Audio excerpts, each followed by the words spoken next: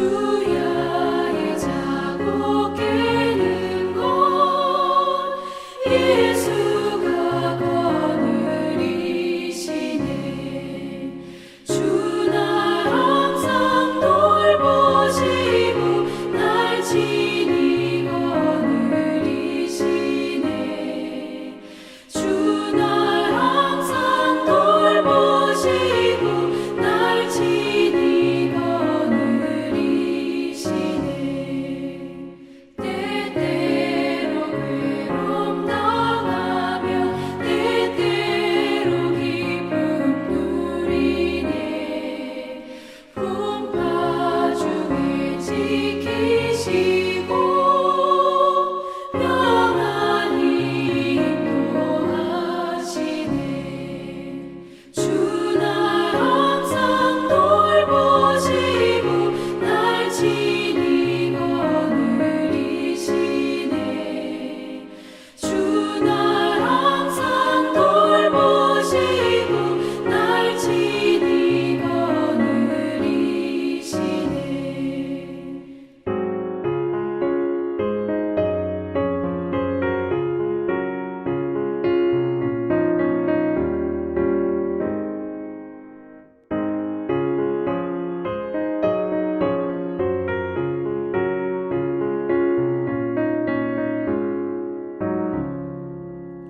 내 주의 손을 붙잡고 천국에 올라가겠네. 괴로우나 즐거우나 예수가 거느리시네. 주 날 항상 돌보시고 날 친히 거느리시네.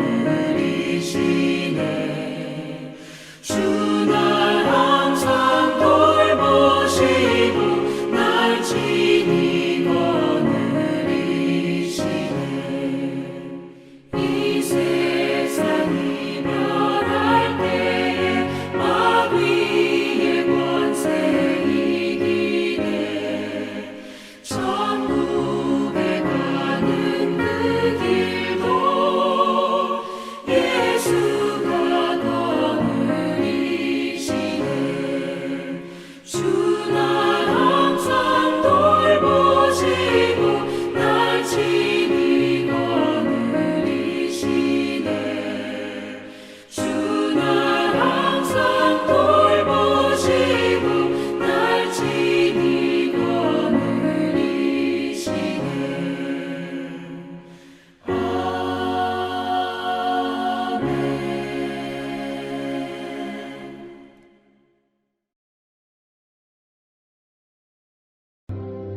이스라엘 자손이 여호와의 목전에 악을 행하여 자기들의 하나님 여호와를 잊어버리고 바알들과 아세라들을 섬긴지라.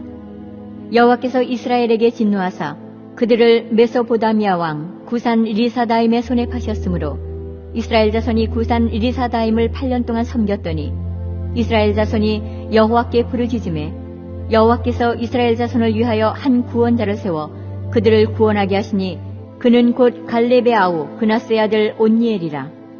여호와의 영이 그에게 임하셨으므로 그가 이스라엘의 사사가 되어 나가서 싸울 때에 여호와께서 메소포다미아 왕 구산 리사다임을 그의 손에 넘겨주심에 온니엘의 손이 구산 리사다임을 이기니라. 그 땅이 평온한 지 40년에 그나스의 아들 온니엘이 죽었더라. 이스라엘 백성들이 가나안에 정착한 후 그들에게는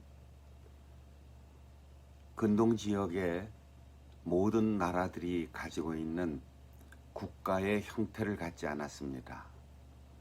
임금이 있고 귀족들이 있고 또 상설 군대가 있는 그런 제국을 건설하지 않고 모든 백성들이 평등하게 하나님을 아버지로 섬기고 온 국민이 서로 형제임을 고백하고 돌보는 그런 가정과 같은 공동체 국가를 만드셨습니다. 아무도 지배하지 않고 아무도 빈부의 격차 때문에 영원한 노예가 되지 않는 나라, 하나님께서 친히 그들의 왕이 되시는 나라, 그런 나라를 세우셨습니다. 그들은 이집트에서 왕을 신처럼 섬기는 제국의 노예로 살았습니다. 40년 동안 광야의 나그네로 살았습니다. 가나안 정복 전쟁 때는 하나님께서 친히 지휘하시고 하나님께서 친히 전투를 치르시는 여호와의 군대로 가나안을 정복했습니다.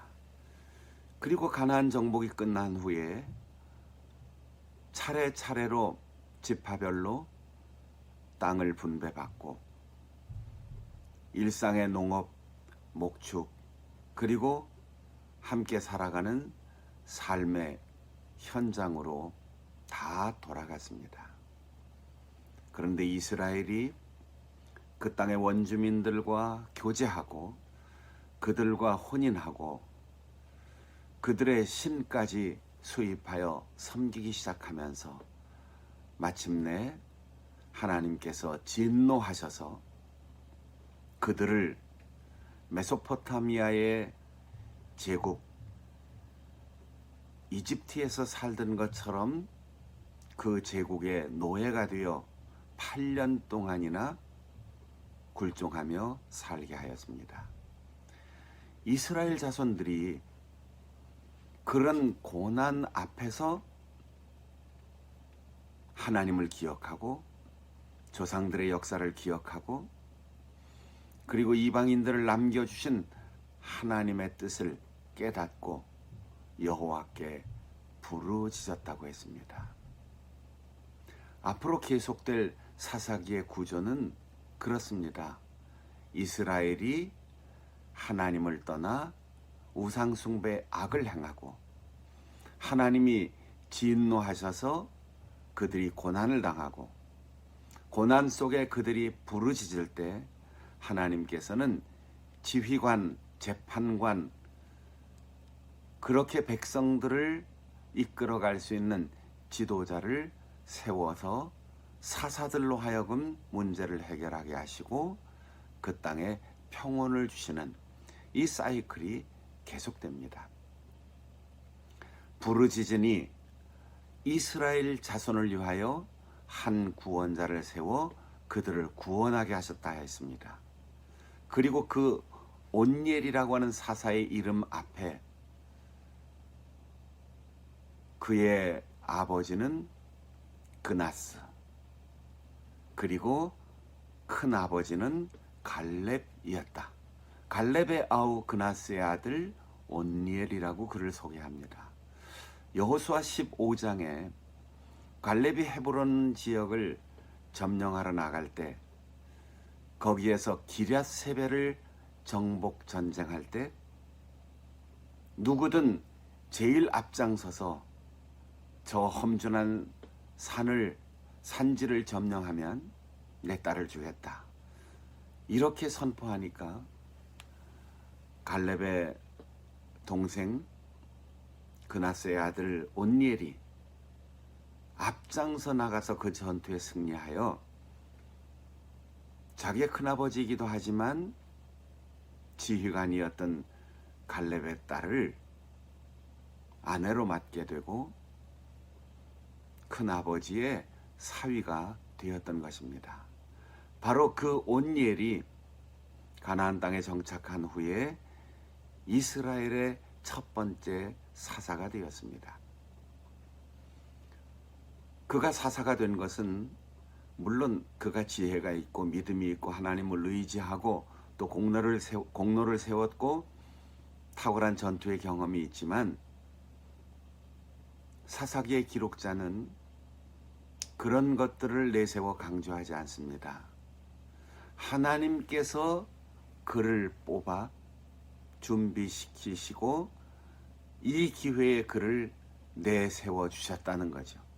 구원자를 하나님이 세워주셨다고 했어요.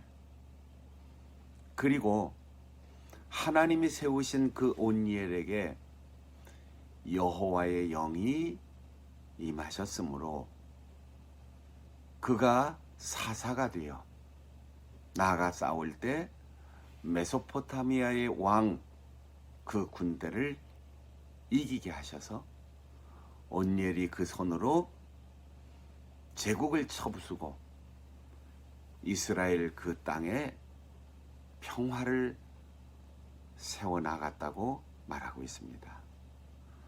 사랑하는 성도 여러분, 우리가 하나님 앞에 쓰임받고 또 이 땅에서 다른 사람들에게 도움을 줄 수 있는 이유는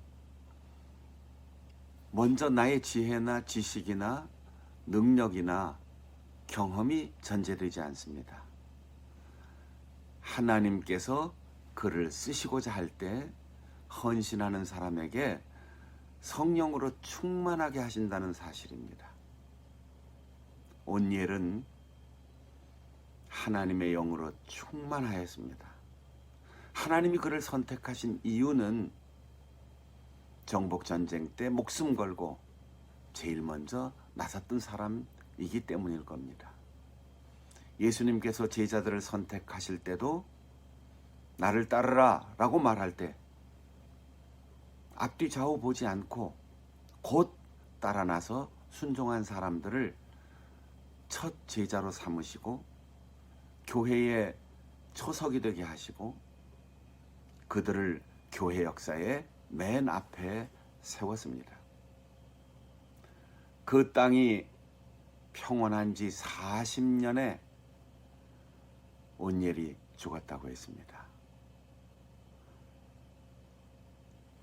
전쟁에서 승리하여 나라의 평온을 얻을 뿐 아니라 그 평화가 곧 깨어지거나 이방 민족에 의하여 침입당하지 않고 온니엘이 있는 동안 40년을 이방 나라가 얼씬도 하지 못했고 이스라엘을 함부로 대하지 못했고 그들은 평온하게 일상에 임할 수 있었습니다. 그렇다고 온니엘이 그들을 지배하거나 임금이 되지 않았습니다. 사사는 언제나 재판이 있으면 재판하고 자기의 일터로 돌아갑니다. 전쟁이 일어나면 전투를 지휘하고 전쟁에 승리한 후에 자기의 직업으로 자기 땅으로 돌아갑니다. 하나님이 세우신 이 나라이기 때문입니다. 그리고 그가 있었기 때문에 하나님이 그를 통하여 이스라엘을 든든하게 붙잡으시고 이스라엘을 건강하게 세우시고 평화롭게 살아갈 수 있도록 은혜를 주셨습니다. 오늘 이 말씀을 묵상하는 우리 모든 성도들이 온니엘처럼 준비된 사람, 성령의 사람, 그리고 내가 있음으로 인하여 평화가 오고 질서가 수립되고 사람들의 행복이 충만한, 그래서 그 사람이 있어서 너무 좋아, 그 사람 때문에 기뻐, 그 사람 때문에 든든해, 그렇게 사람들로부터 존경받고 무엇보다도 하나님의 믿음직한 일꾼으로 쓰임받을 수 있는 성령의 사람 될 수 있기를 바랍니다.